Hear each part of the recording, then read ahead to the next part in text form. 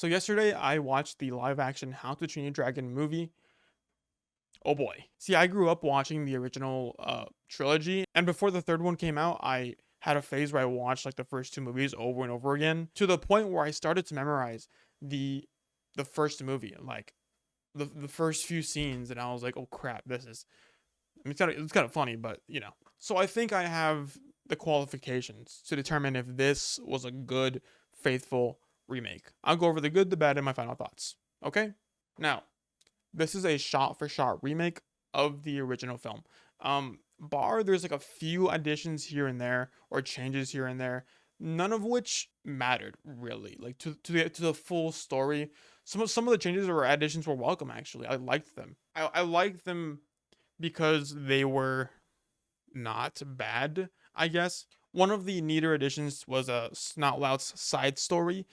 He gets like a few extra seconds of between the major scenes, all of which were welcome, none of which were intrusive or obnoxious. It was good. Like I won't spoil it, but that's it was a good side story. Since we're speaking of a character already, let's talk about like the rest of the characters. When it comes to the other characters, I know it's when the news first came out about the twins not actually being twins. At first, you were like kind of disappointed. If you're a fan of the series, you wanted them to be twins. You wanted it to be as faithful as they can be to like the animated movie. But during the movie, I didn't really care that they were not twins. Like they didn't make a point of it being like, "Oh, we're twins." And then another character makes a joke about like, "Oh, it's uncanny," like in a sarcastic way, like because they're obviously not twins.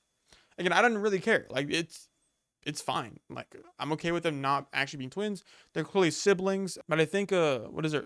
Tough Nut. Tough Nut's the guy, right? Tough Nut being very similar to how he looks in the animated movie.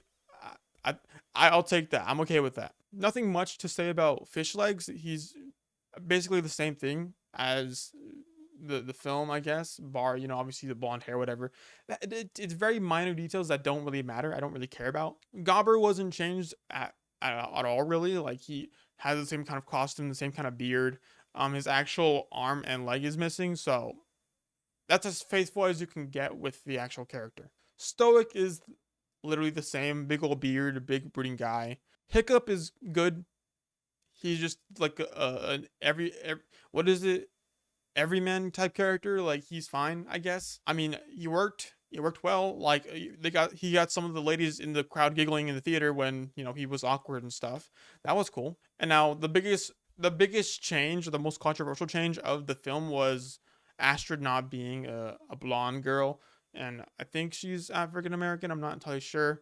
I don't know her race, but she's obviously not blonde, right? It didn't matter. I didn't care that much. Like I think she was still a strong, powerful woman as she is in the animated films. So again, like the race swaps, the changes, like the different color, I don't care. Like none of them changed the lines. None of them like made it a point to be like, oh, now this character is woke. Like none of that was in there. But I would say in terms of like race swapping and all that stuff, in the animated films originally, there were like no black people, no one of color in those films. I don't consider like a racist thing. I always thought of it more of like there weren't many people of different races, like in like I guess the what is it, the Nordic areas, I guess. Like there's gonna be like mostly white, pale looking dudes out there. So I didn't care that much. I don't know if it's a big thing or not, but that's just my thoughts. The fact that they were present in these movies was pretty cool. Like when the main characters were talking, the more diverse cast of background characters like were more prominent in the background. Like I think they added like a couple more lines about them, like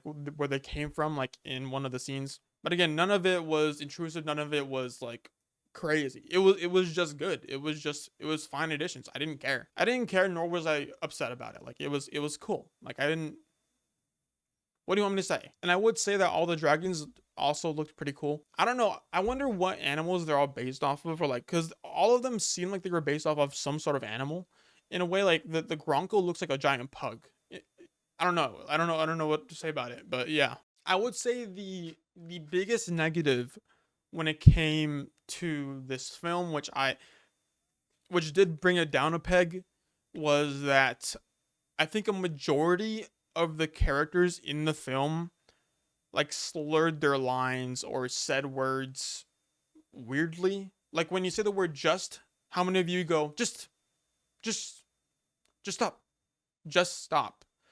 There's a lot of that going on, and it was, I don't know what it is. I think this is a problem with a lot of the films these days. I'm not trying to get like all like philosophical, whatever, but like as I'm watching more films this year overall, I'm noticing more slurring of lines and more laxness when it comes to how certain lines are executed.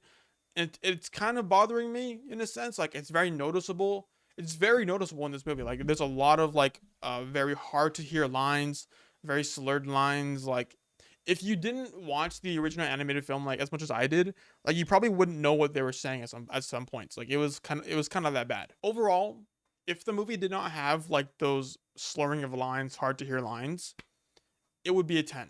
But with those slurred lines, it's like a 9.5. It's a really good movie. Like I enjoyed the heck out of it. The music is there. The characters were the characters. Like it was very faithful to the original film.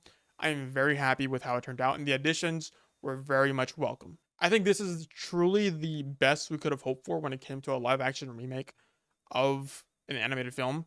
I think for one, it shows that DreamWorks has the ability to make a good live action movie, and that you can make a good live action movie without dunking on the original, or without ruining the original core of the story, thus dunking on Disney for making a lot of crappy live action remakes. I think this is really cool. And thus DreamWorks does it again, dunking on Disney. The first time was like say Shrek, right? When Shrek was like a parody or like a a mock, like I don't know what it was, but like it dunked on Disney for like having all these princesses, basic like fairy tale stuff, and then Shrek comes in and like tramples over all of that, and even the villain made fun of like what is it, the CEO of Disney at the time, that kind of thing. So DreamWorks dunks on Disney again with their first live action animated film. It's a banger. Go check it out. Please support it. I really want them to make the sequels. Speaking of the sequels, I was really hoping for like an end credits scene of a character from the sequels. Like I was hoping for like like a Draco like Marvel reveal, like, oh sir, our ship is being pulled, and then it's like a guy in a cloak, like that kind of thing. That would have been really cool, but no, they didn't do that, which was unfortunate. But I'm really hoping that the money they make from this film does push them to make a sequel. And if the sequel is as good as this film, I am so down for that. Oh, and speaking of big dragons, I won't spoil too much. This will probably be spoiler territory. If you've seen the original movie and if you don't care about spoilers, you would know that in the original movie there is a final battle with a giant dragon and all the Vikings. This giant dragon in this film, in the live action film, they do a great job at showing how massive this thing is and making you feel small. It was just really cool. And just to point out, yes, this final battle was almost shot for shot the exact same. Even the musical score too. Like if you watch the original film, you will know that there's like a little like tune that plays when like the good guys show up. Um, it's shot for shot, basically shot for shot. Like I think there's like one additional line in there, and like a snot loud scene in there too. But like that's all of it was great. Yeah, that was the live action How to Train Your Dragon movie. Check it out, please. It's a great film. Watch the animated ones if you haven't already too. Those are great too as well. But watch this one. We want sequels of this one and the trilogy of this one, please. And one last thing, I have a lot of hope for the trilogy if they make the whole trilogy a live action, is that they'll correct some of the mistakes in the second and third movies. If you've seen the second and third movies, you might be aware of these mistakes. There's like there's a very clear animation error in the second film where like Hiccup puts like a blindfold on Toothless, and there's like a slit in it, and then it cuts to the next scene and it's like a close up of the blindfold and the slit's gone. Like it just, what happened to it? For me that's very noticeable. And I think there's like some story jankiness in the second film. If you know anything about it, like I'm sure like that like certain scenes went through changes a lot, and so they didn't know what to do with it really, and so that was reflected in the animation and like the pacing and stuff like that. So I'm hoping they correct that in the live action films if they make a sequel. And in the third movie, the way the third act starts is so incredibly dumb. Like it's the worst part about the franchise is how the third act starts in the third movie. I hope they correct that in the live action remake. Hopefully, if they get to that point, we'll see how it goes. But other than that, that is it. Oh, and one other thing, there's a scene when they first discover like a major plot point. You know, when Astrid first rides the dragon, with Hiccup, when they enter into the lair, because you know in the first movie, like they only had like about five or so dragons, just like you know, like there, like in the film, they didn't plan on more dragons appearing.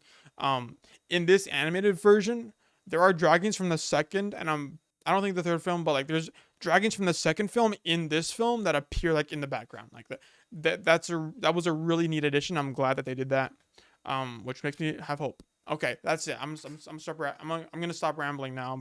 There's probably more I'm forgetting, but this is a great film. Please go watch it. I'm out. Bye. Subscribe if you have not, please. Thank you.